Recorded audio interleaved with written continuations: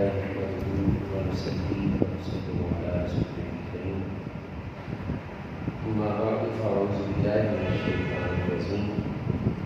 بسم الله الرحمن الرحيم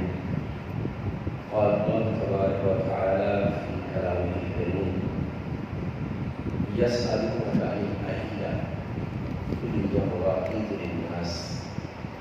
صدق الله مولانا العظيم وصدق رسوله النبي الكريم ونحن على ذلك من الشاهدين والشاكرين والحمد لله رب العالمین۔ حصول برکت کے لیے بارگاہ صدر کونین نے نہایت محبت کے ساتھ درود و سلام کا نذرانہ پیش کرنے کی ساتھ حاصل کر لیجیے۔ الصلاۃ والسلام علیک یا سیدی یا رسول اللہ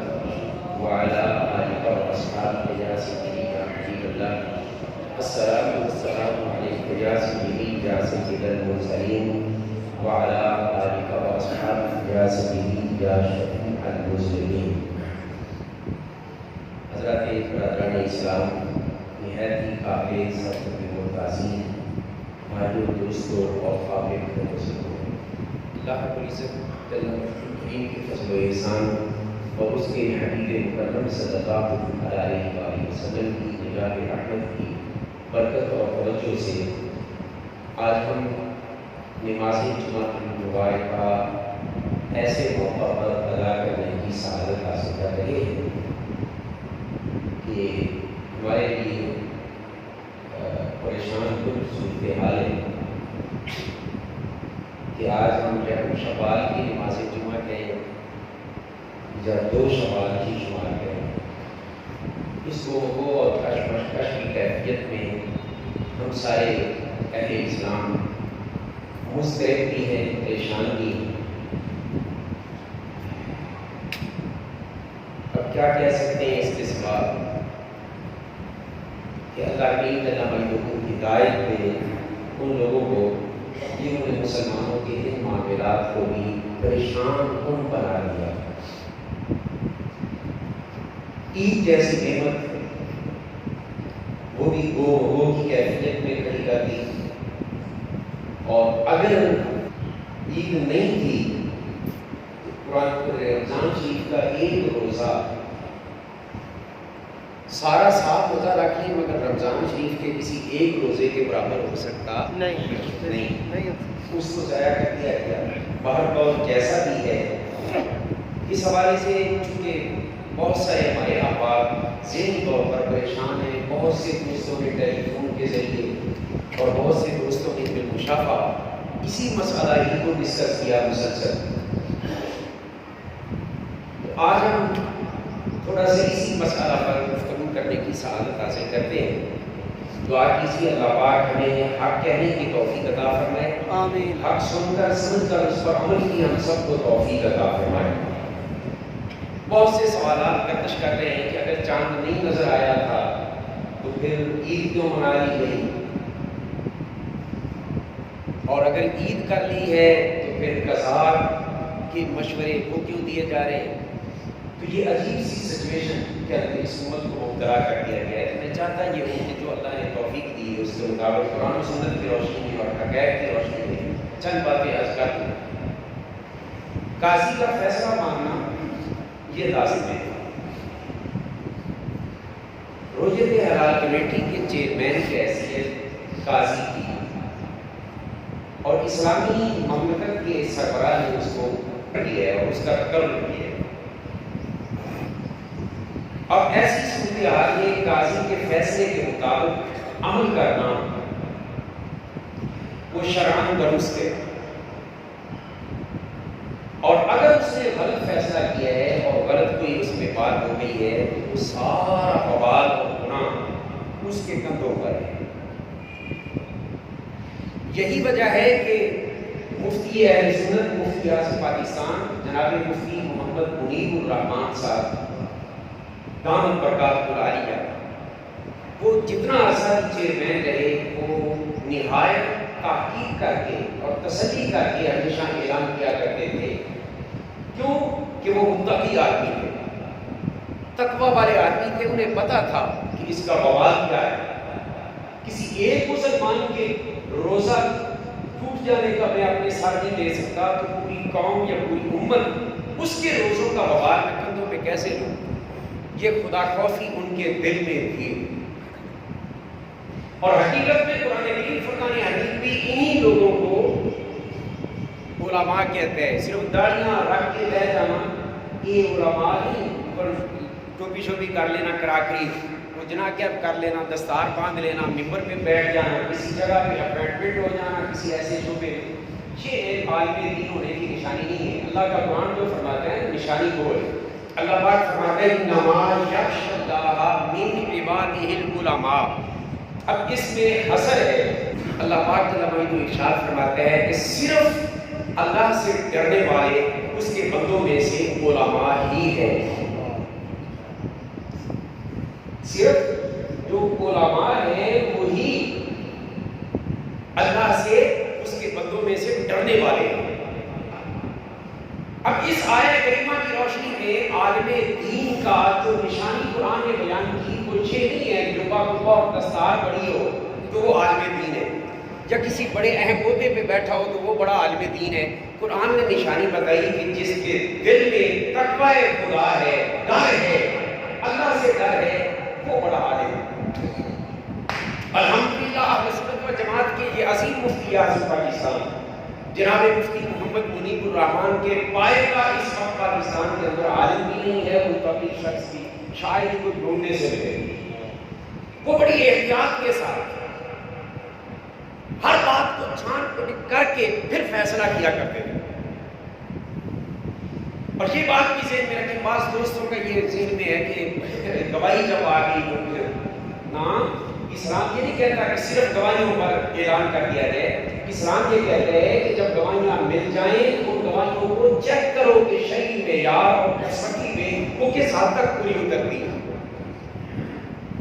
تحقیق کا عمل، ایک چھاننی لگاؤ، اس کی اس گواہی کو چیک کرو، گواہوں کو پرکھنے کی کوشش کرو کہ وہ کس نوعیت کے۔ ہر ایک نتو خیرے کی گواہی اسلام قبول کرنے کی اجازت نہیں دیتا۔ پھر دلچسپ عمل یہ ہے کہ اس بار اس علاقے کے لوگوں کی گواہی کو مانا گیا جس علاقے میں ہر سال ہی امت سے الگ ہو کر عید منانے کا رواج ہے۔ بڑی قابل توجہ بات، یعنی کبھی ایسا ہوا ہی نہیں ہے کہ انہوں نے الگ ڈیٹ عید کی مسجد نہ بنائی ہے۔ چوتھے نمبر پر موسمیات والے، فلکیات والے جتنے ماہرین تھے اور اس کے علاوہ سفارتوں اور مختلف ادارے، ان کی اپنی تحقیق بھی آ چکی ہے کہ چاند 29 رمضان کی غروب آفتاب کے وقت اس کی صرف 13 گھنٹے کے لگ بھگ عمر ہے۔ کتنی؟ 13 گھنٹے،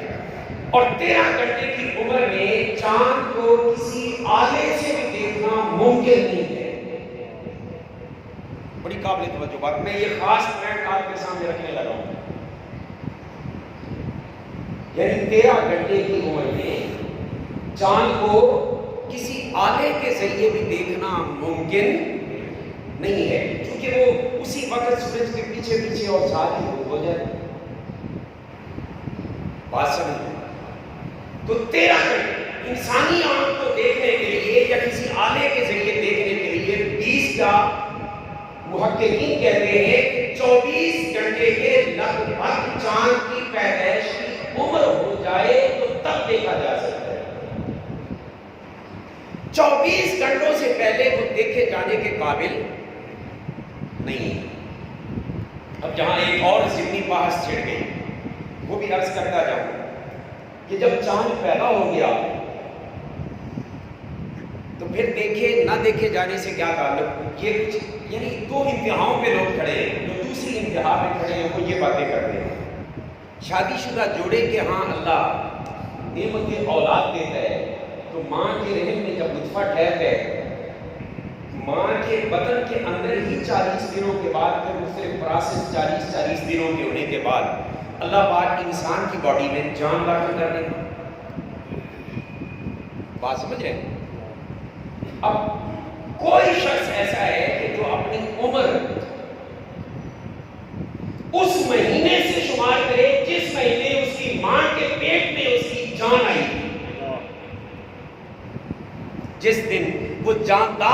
بچہ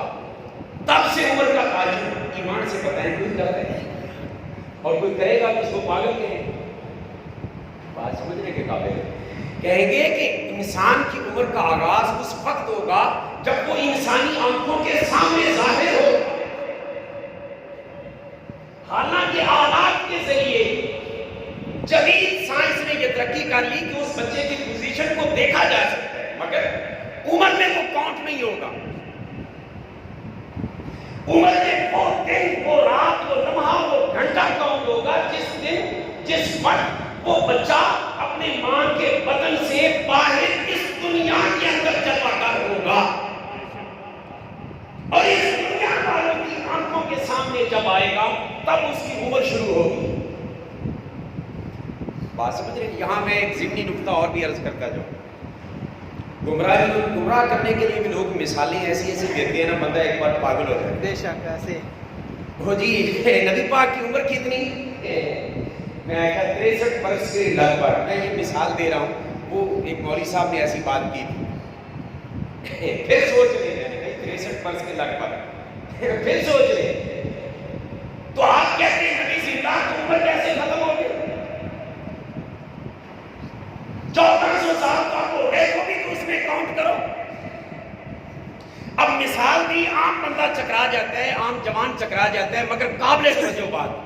اس مثال کا پوسٹ مارٹم کرتے ہوئے میں صرف اتنا کہتا ہوں کہ بعد از مثال کی زندگی کو اگر عمر ظاہری میں کاؤنٹ کرنا ہے تو پھر ماں کے بدن والی عمر کو بھی تو کاؤنٹ کرو کوئی کرتے اس کا مطلب یہ ہوا عمر اس دنیا میں وہ کاؤنٹ ہوتی ہے جو اس دنیا کی آنکھوں کے سامنے ہو بچہ جب پیدا ہوا لوگوں کی آنکھوں کے سامنے آیا تب سے اس کی عمر شروع اور جب ہماری آنکھوں سے چھپ گیا اور اس کے جسم سے جان الگ ہو گئی اس کی عمر کا سلسلہ ختم ظاہری حساب کتاب میں اس دنیا کے حساب کتاب میں لہٰذا یہ مثال دینا ہی 1400 سال نار ملاؤ یہ مثال دینے والا کوئی پاگل ہے اس کا ذہنی لیول جو ہے وہ مینٹل ہاسپٹل میں لے جانے کے قابل ہے اور دلچسپ بات اگر آج تک کی عمر کو اس عمر میں کاؤنٹ کر کے حضور کی عمر کو گننا ہے تو پھر قرآن پاک اور صحیح حدیث پاک سے ثابت ہے کہ حضور تو اس وقت بھی تھے جب آدم علیہ السلام پیدا ہی نہیں ہوئے سبحان اللہ ماشاءاللہ اللہ کا قرآن اور نبی کا فرمان تو غلط نہیں ہو سکتا قرآن کے مطابق تو حضور اس وقت بھی تھے جب سارے نبی روحوں کی حالت میں تھے اور اللہ پاک نے ان سے وعدہ لیا بچے کے پیٹ ماں کے پیٹ میں جب بچے کے اندر جان پیدا ہو جاتی ہے اس وقت اس کی عمر کا آغاز نہیں کرتے کوئی کرتے آلات کی مدد سے دیکھ بھی نہیں تب بھی نہیں کرتے عمر کا آغاز اس وقت ہے جب وہ اس دھرتی پر اسے اپنا چہرہ دکھایا تو بلا تمثیل چاند پیدا ہو جائے تو شروع نہیں ہوتا اسلامی مہینہ چاند جب اس دھرتی والوں کو منہ دکھائے تب شروع ہوتا ہے سبحان اللہ قرآن پاک نے فرمایا یسألونک عن الأہلہ چاند بے مقصد نہیں کہ میں دودھ پینا یا تکیشائی میں کٹر نال چاند نکل آ دے اللہ کا قرآن فرماتا ہے یسألونک عن الأہلہ لوگ نئے چاند کے بارے میں پیارے حبیب تو اسے سوال کرتے ہیں تو سونے من دس سے کل ہی مواقیت للناس والحج کہ لوگوں کے لیے یہ حج اور دیگر وقتوں کو مقرر کرنے کے لیے اللہ نے رکھا ہوا ہے سبحان اللہ اب اللہ کے سسٹم کے اندر گڑبڑ جائز ہے اور پھر اس بار جو صورتحال پیدا ہوئی پوری دنیا کے اندر عید 30 کی ہوتی ہے سعودی عرب میں 30 کی بنگلہ دیش میں بھارت میں ایک اسلامی بلاد اسلامیہ میں 30 کہ پاکستان کی اور رکھا جاتی ہے اصل اوپر جا رہے ہیں پتہ نہیں کتنے لے جاتے ہیں فواد چودھری صاحب وہ ان کی باتوں کو آپ اچھا نہیں لیتے سیریسلی نہیں لیتے مگر اس کی ٹویٹ جو آپ کو سنا رہے ہیں جو اس نے کیا اس نے کہا اس وقت چاند کی عمر پاکستان میں 13 گھنٹے 45 منٹ ہے لہذا چاند کا آج نظر آنا ممکن ہی نہیں۔ جن حضرات اس کو پتا چلا ہوگا نا کہ کچھ لوگ کرنا چاہ رہے ہیں، اب آگے وہ لکھ رہا ہے کہ جن حضرات نے عید سعودیہ کے ساتھ منانی ہے، یہ ان کی آپشن ہے، لیکن جھوٹ بول کر، جملہ سنیں، لیکن جھوٹ بول کر ماہ مقدس کا اختتام کرنا کہاں کیا کرنا نہیں ہے۔ زندہ کہیں کہنے عید افغانستان یا سعودی عرب کے ساتھ کرنی ہے، پھر یہ چاند اور شہادتوں کا ڈھونگ رچانے کی کیا ضرورت ہے؟ اس پر مجھے علامہ کا وہ شعر یاد آیا، وہ کہتے ہیں کہ نکل جاتی ہو سچی بات جس کے منہ سے مستی میں، نکل جاتی ہو سچی بات جس کے منہ سے مستی میں، فقیہ مصلحت بین سے وہ رندے باندھا خار اچھا۔ تو عرض یہ کر رہا ہوں کہ یہ ایک بہت بڑا رنڈر ہوا ہے مذہب کے ساتھ، اسلام کے ساتھ۔ آج تک تو کہتے تھے سیاست میں ٹانگ نہ اڑاؤ، مولویوں کو کیوں ٹانگ اڑانی چاہیے، وہ اپنا کام کریں، اور آج ہمیں اپنا کام بھی نہیں کرنے دیا۔ ایک متقی اور پرہیزگار شخص کو ہٹانے کی وجہ کیا تھی؟ چلو اگر ہٹانا تھا تو اس معیار کا کوئی عالم دین لاتے۔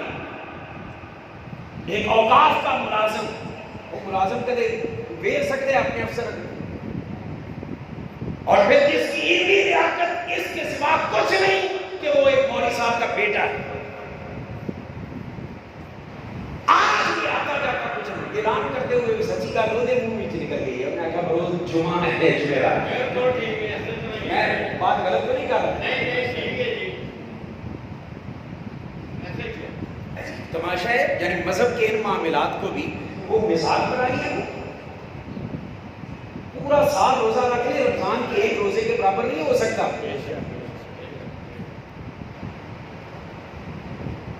تو خیر عرض یہ کر رہا ہوں کہ چاند جب نظر آئے تب چاند شروع ہوتا ہے۔ چنانچہ بخاری شریف کی حدیث پاک سے حضور سرور کونین صلی اللہ علیہ وسلم نے ارشاد فرمایا لوگوں لا تصوموا، خبردار روزہ نہ رکھو حتیٰ تروا الہلال، فرمایا جہاں تک کہ تم اپنی آنکھوں سے چاند کو نہ دیکھ لو، اور فرمایا کہ پھر روزہ نہ چھوڑو، ختم نہ کرو یہاں تک کہ اپنی آنکھوں سے چاند، نیا چاند نہ دیکھ لو، ہلال نہ دیکھ لو۔ تو یا رسول اللہ اگر نیا چاند نہ دکھے تو کیا کریں؟ تو ابھی اسلامی مہینہ ہوتا ہے یا 29 کا یا 30 کا، نہ 28 کا ہوتا ہے نہ 31 کا ہوتا ہے، پتہ نہیں کچھ لوگوں نے 28 کا کیسے کر دیا، 28 کی عید بھی ہوئی ہے، عید ایک ہونی چاہیے، ایسا ہی 4 ہو گئی۔ حضور نے فرمایا کہ آنکھوں سے دیکھ کر چاند روزے رکھو اور آنکھوں سے دیکھ کر ختم کرو۔ تو یا رسول اللہ اگر بادل آ جائے، مطلع صاف نہ ہو، ابر رالود ہو، آپ نے یہ نہیں فرمایا کہ اگر چاند پیدا ہو گیا ہو تو پھر رکھ لینا، نہ پیدا ہوا ہو تو رہنے دینا۔ کریم آقا نے 1400 سال پہلے ارشاد فرمایا اگر بادل ہو، مطلع صاف نہ ہو اور چاند نظر نہ آ سکے، اس کے باوجود چڑھ جائے اور نظر نہ آ سکے، تو حضور نے ارشاد فرمایا پھر تم گنتی مکمل کر کے 30 کرو۔ سبحان اللہ، گنتی مکمل کر کے۔ اب اس حدیث پاک کی روشنی میں 2 اشارے دے کر آگے گزر جاتا ہوں۔ پہلی چیز، اللہ کے نبی فرماتے ہیں اگر مطلع ابر رالود ہو، مطلب یہ کہ چاند چڑھ بھی جاوے تو تانوں جب تک نظر نہ آئے روزے 30 کر لینا بغیر دیکھے ہوئے، روزوں کو ختم نہ کرنا، ایک مسئلہ۔ دوسرا مسئلہ یہ سمجھ آیا، اللہ دے نبی دے محبوب رحمت للعالمین چاہتے ہیں کہ میری امت گھاٹے والے پاسے نہ جاوے، وعدے والے پاسے، میری امت کمی کی طرف نہ آئے، اضافے کی طرف چلی جائے،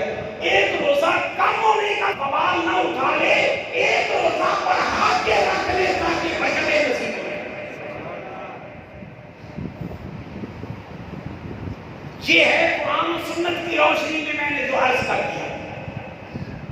پھر ہر خیرے کی شہادت قابل قبول نہیں ہے. 4 نشئی کھڑے ہو گئے ایسی دیکھے آئی ایمانداری ہم دسو انہوں کی شہادت قبول ہوئے گی وہی اتنے کہ یہ شہادت قبول ہو. ایک بندے نے بھی آگا سی میں نام نہیں لینا اس پارٹ ممبر کے انہیں آگا ٹیکہ لوا رہا میں جنت کے ہورا نظر آؤں وہ نہیں کسی بس اکاڑ لے رہا تھا. لوگوں خدا کے دین کے اندر اتنا بڑا بلنڈر کرنا اس کی شریعت اسلامیہ اجازت نہیں دیتی. اور ہم کمزور سے ہی مطالبہ کرتے ہیں کہ ایسے بے خبر عبدالخبیر کو اور بے علم مولوی کو فوری طور پر اس منصب سے ہٹایا جائے اور اس کی جگہ پہ مفتی منیر الرحمان صاحب آپ کو بارہ نہیں کھاتے نہ کھائیں کم از کم اس پائے کا عالم اور متقی شخص لایا جائے. یہ امت کے روزوں کا سوال ہے, عبادات کا سوال ہے. اور رہی بات یہ ہے کہ پھر ہم نے عید کر کیوں دی, یہ بھی ایک ذہنوں میں شک پایا جاتا ہے. سن لیں, ہم نے عید اس لیے کی کہ کریم آقا صلی اللہ علیہ وسلم کا فرمان ہمارے سامنے ہے. بے شک ایسے حضور علیہ السلام نے فرمایا کہ جب امت کی اکثریت عید کرے روزہ رکھیں تو تم روزہ رکھیں, اور جب امت کی اکثریت روزہ چھوڑ دے عید کر لے تو تم بھی عید کر لو. مطلب کیا حضور نے فرمایا کہ انتشار اور فساد وہ درست نہیں ہے. ہم نے تو اپنے آقا کے اس فیصلے پر عمل کرتے ہوئے, ایک قاضی کے فیصلے کو قبول کرتے ہوئے ہم نے یہ عید ادا کر. بات سمجھ رہے ہیں؟ اب جتنا بوال ہوگا اگر ایک روزہ کھایا گیا ہے اور شواہد کے مطابق کھایا گیا ہے, رویت حلال کمیٹی کے اندر کے ٹیلی فون کالیں آپ کو مارکیٹ میں اویلیبل ہے, وہ سوشل میڈیا پہ ہے, میڈیا پہ کے اندر ایک شخص کہہ رہا تھا کہ آج مفتی منیر الرحمان بڑے یاد آ رہے ہیں. یہ بڑا کمزور شخص ثابت ہوا ہے, بڑا کمزور شخص ثابت ہوا ہے, کوئی شہادت نہیں ملی مگر یہ دب کے اعلان کرنا چاہتا ہے تاکہ عید اکٹھی ہو جائے. یہ اندر کے ٹیلی فون پہ بات کرتے ہوئے بات کی ریکارڈ ہے. اب شک پیدا ہوا یا نہیں ہوا؟ بولیے. یہ اندر کے ماحول ہے. 3 علماء اہل سنت رویت حلال کمیٹی میں تھے, اختلافی نوٹ لکھے مگر ایک قاضی صاحب نے فیصلہ دے دیا. اس فیصلہ کی عمل درآمد پر ہم انتشار سے بچنے کے لیے ہمارے سنت کبھی انتشار ڈالتے نہیں ہے. ہم سے بڑا امن پسند کوئی نہیں ہے. وگرنہ اگر اس دن انتشار مقصود ہوتا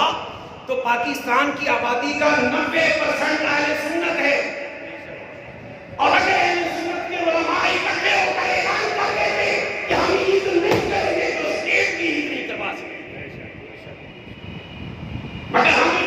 امن پسند ہیں, انتشار قوم کے اندر پسند نہیں کرتے, اس لیے قاضی کے فیصلے کو بنیاد بنا کے ہم نے عید کر لی. اب جتنا روزے اگر کوئی خراب ہوا ہے اور شک یہی ہے خراب ہوا ہے تو اس کا وبال کس پر ہے؟ اعلان کرنے والے پر, انہیں اپوائنٹمنٹ کرنے والے پر, ان کو مقرر کرنے والوں پر اس کا وبال ہے. اب محتاط علماء یہ کہتے ہیں کہ احتیاطاً ایک روزہ رکھا جائے. میں مشورہ دیتا ہوں جن لوگوں کو اس چاند کے اعلان پر تھوڑا سا بھی ڈاؤٹ ہے, جن کو ڈاؤٹ ہے وہ تو روزہ ایک رکھ لیں قضا, اور جنہیں ڈاؤٹ نہیں ہے وہ ٹھیک ہے نہ رکھیں. مگر جن کو تھوڑا سا بھی شک ہے وہ احتیاطاً ایک روزہ قضا کر لیں تاکہ کم از کم وہ نقصان تو ہمارا پورا ہو جائے بے خبری میں جو ہوا. اور اگر کوئی نہیں رکھتا روزہ قضا, پھر مسئلہ سن لیں, کوئی قضا روزہ نہیں ادا کرتا نہیں رکھتا تو گناہگار وہ نہیں ہے, گناہگار وہ نہیں ہے. یہ وبال قاضی پر ہے. میرے بانجے ہیں, بیٹا کیا ارادہ ہے روزہ رکھنے کا؟ وہ تھوڑا سا طبیعت خوش مزاجی بھی ہے اس میں. وہ کہنے لگا کہ ماموں ضرور میں روزہ کی رکھنا, میں چاہنا کہ نہ رکھا تاکہ گناہ انہوں نے پھر کیوں ملے گا.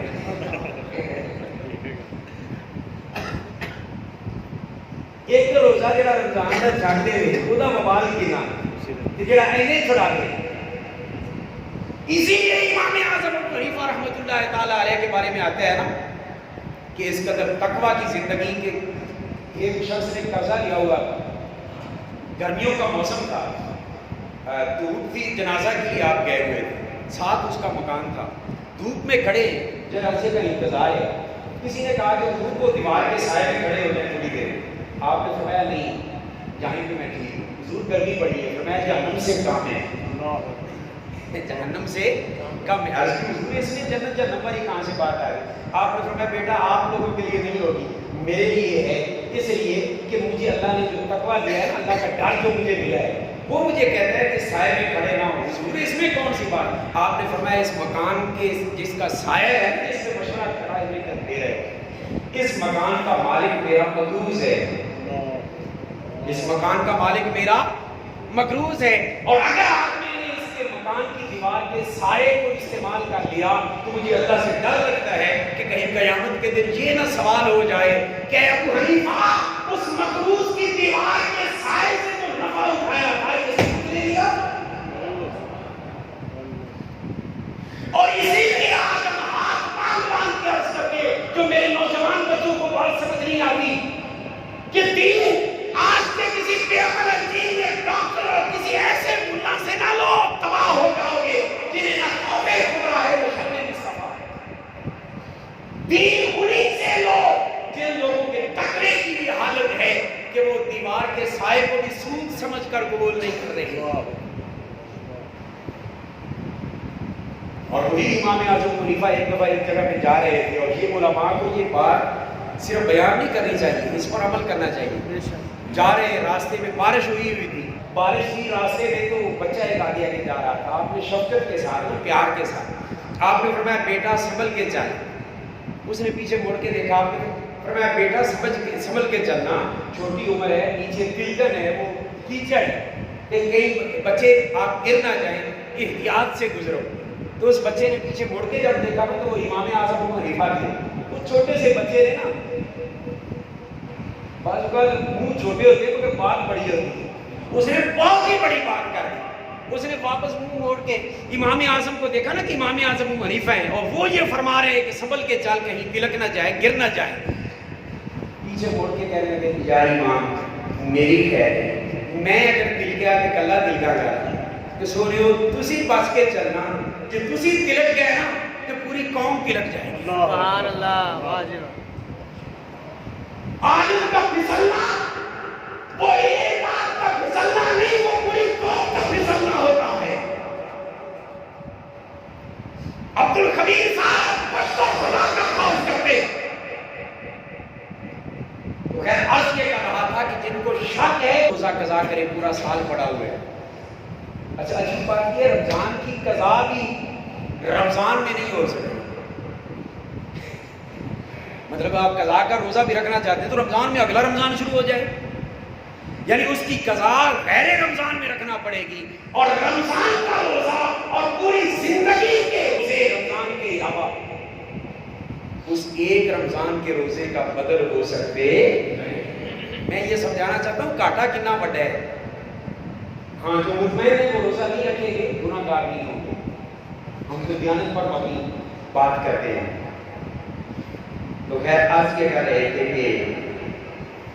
اس بار ہمیں عید بڑی عجیب سی محسوس کی، یقین جانو کہ جب یہ اعلان سنا میری آنکھوں میں آنسو آ گئے، یاد ہم نے یہ وقت بھی دیکھنا تھا، عید والے دن یقین جانو، عید والے دن اگر علماء یہ فیصلہ نہ فرما دیتے تو میں ذاتی طور پر عید پڑھانے کے لیے بھی تیار نہیں تھا، عید مبارک دینے کے لیے تیار نہیں تھا، بھائی کس بات کی مبارک دوں، ایک روزہ سما کر دوں۔ اللہ تعالیٰ اس امت پر رحم کرے، پہلے امت مصیبتوں میں گری ہوئی ہے، ہمارے فلسطینی بھائی تباہ ہو گئے ہیں، چھوٹے چھوٹے بچے چھوٹے چھوٹے کنکروں کے ساتھ اسرائیل کی فوج کا مقابلہ کر رہے ہیں، اور وہ اسرائیل کی فوج ظلم اور ستم کر رہی ہے، بربریت کر رہی ہے، اور وہ فلسطینی بیچارے وہ 3 نعرے لگا رہے ہیں، کتنے؟ 3، ایک نعرہ لگا رہے ہیں لبیک یا رسول اللہ، پر نعرہ لگا لو لبیک لبیک لبیک یا رسول اللہ، لبیک لبیک لبیک یا رسول اللہ، لبیک لبیک لبیک یا رسول اللہ۔ تو پہلا کریڈٹ یہ بابا جی کو جاتا ہے، انہوں نے بچے کو، امت کے بچے کو یاد کروا دیا یہ نعرہ۔ فلسطین کے بچے نعرے کے لگا رہے ہیں،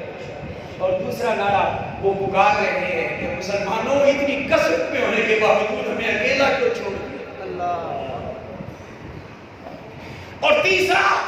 وہ نام لے لے کر پاکستانی فوج اور دیگر افواج کو بلا رہے ہیں، نائب جوانوں اپنی نائبوں کی بنیاد پر وعدوں سے مکر کر ناموس رسالت کے مسئلے کو حساس نہ لے کر لوگوں پر، اپنے لوگوں پر گولیاں چلوانے والوں، اداروں کو متنازع بنانے کی کوشش کرنے والوں کہ قوم کے سامنے ادارے آئیں گے تو شاید اداروں کو گالیاں پڑے، مگر ہم جانتے ہیں سب ذرا ذرا تمہیں یاد ہو کہ نہ یاد ہو، ہم جانتے ہیں ہمارے ادارے ہمارے بچے ہیں، ہمارے بھائی ہیں، وہ پاک فوج پیسو اپنی نائبوں کی وجہ سے تم ان کو عوام کے سامنے، لوگوں کے جذبات کے سامنے کھڑا کرتے ہو، شرم نہیں آتی؟ وہ اپنوں پر گولیاں چلوانے والوں، اپنی سیاسی دکانداریوں کے لیے، فلسطین کے مجاہدوں کے لیے بھی ذرا اداروں کو اجازت دو۔ کون کون اس بات کی تائید کرتا ہے؟ فلسطین کے لیے پاک فوج کو حکومت فوجی طور پر روانہ کرے۔ سب کا مطالبے کے ساتھ اتفاق ہے، جس جس کا اتفاق ہے ایک اور لبیک کا نعرہ بلند آواز سے رکھا دے، لبیک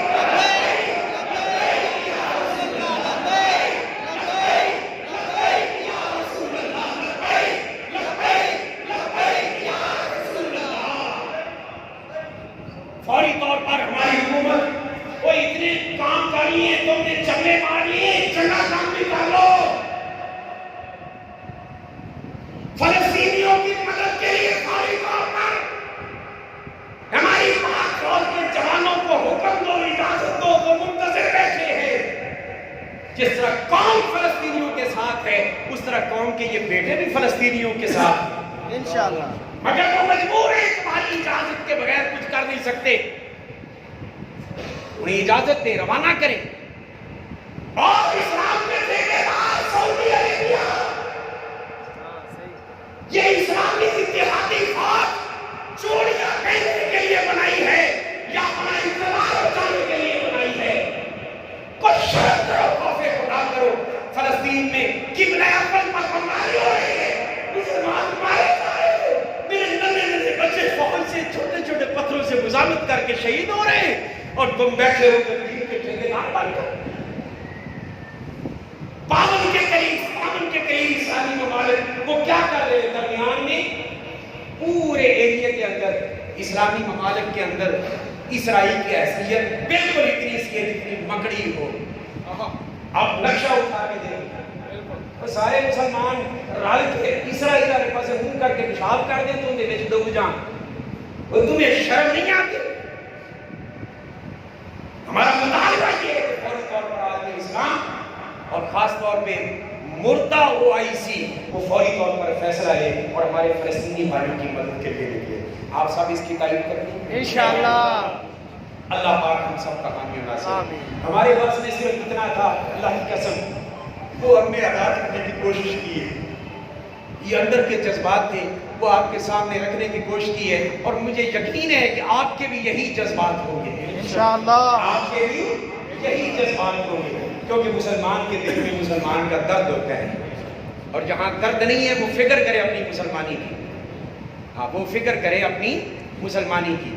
جذبات کا میں نے اظہار کر دیا، ہمارے ہاتھ میں کچھ بھی نہیں، ہم پھر کہتے ہیں کہ حکومت پاکستان پاک فوج کو 10 لوگوں کو وہاں پہ بھیجے تاکہ اس فلسطینی مسلمانوں کی مدد کی جا سکے اور اسرائیل کے مظالم کا خاتمہ کیا جا سکے۔ اور رہی بات یہ، اگر ہمارے پاک فوج کے جوان چاہیں گے کہ مزید ہمیں مدد ملنی چاہیے تو مسلمانوں کا بچہ اجازت کا انتظار کر رہا ہے انشاءاللہ۔ ہم میں سے اگر اجازت مل جائے کون کون فلسطین کے مسلمانوں کی مدد کے لیے نکلے گا؟ کون کون اپنے بچوں کو لے کر نکلے گا؟ یہ پوری قوم اور پوری قوم کے بچے تیار ہیں. قسم خدا کی ہم وطن عزیز پاکستان کی خاطر اور اپنے دین اسلام کی خاطر اور اپنے پیغمبر